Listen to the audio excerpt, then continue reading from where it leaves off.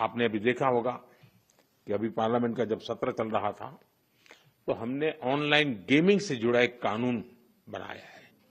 अब ये सब शिक्षकों को पता होना चाहिए। गेमिंग एंड गैम्बलिंग, दुर्भाग्य ऐसा है कि कहते तो गेमिंग है लेकिन हो जाता है जुआ। और इसलिए सरकार ने, और बहुत बड़ा निर्णय है ये, बड़ी बड़ी ताकतें वो कभी नहीं चाहती थी कि ऐसा कानून आए और देश में गैम्बलिंग पर प्रतिबंध आ जाए।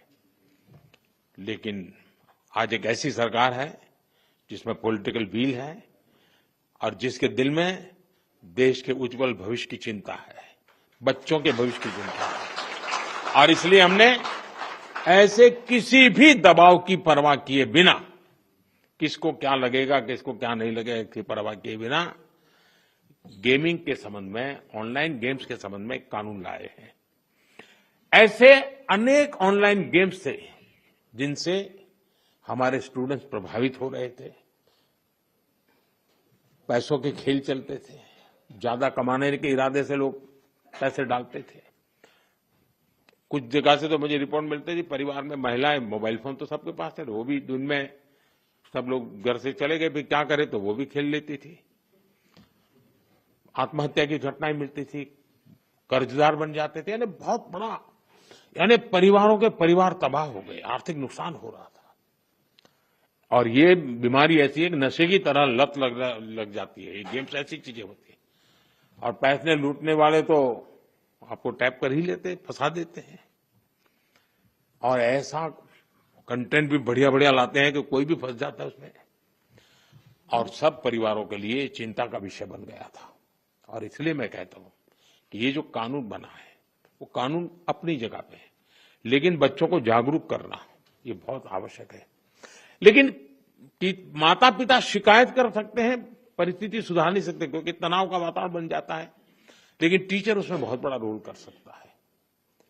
हमने कानून तो बना दिया है और पहली बार हमने तय भी किया है कि बच्चों के सामने इस तरह का हानिकारक कंटेंट नहीं आएगा।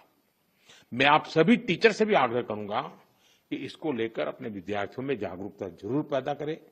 लेकिन इसमें दो विषय हैं। गेमिंग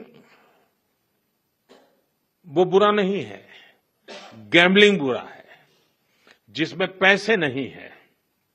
और आपको तो मालूम होगा अब ओलंपिक में भी इस प्रकार के गेमिंग को एक खेल के रूप में स्वीकृति मिली है।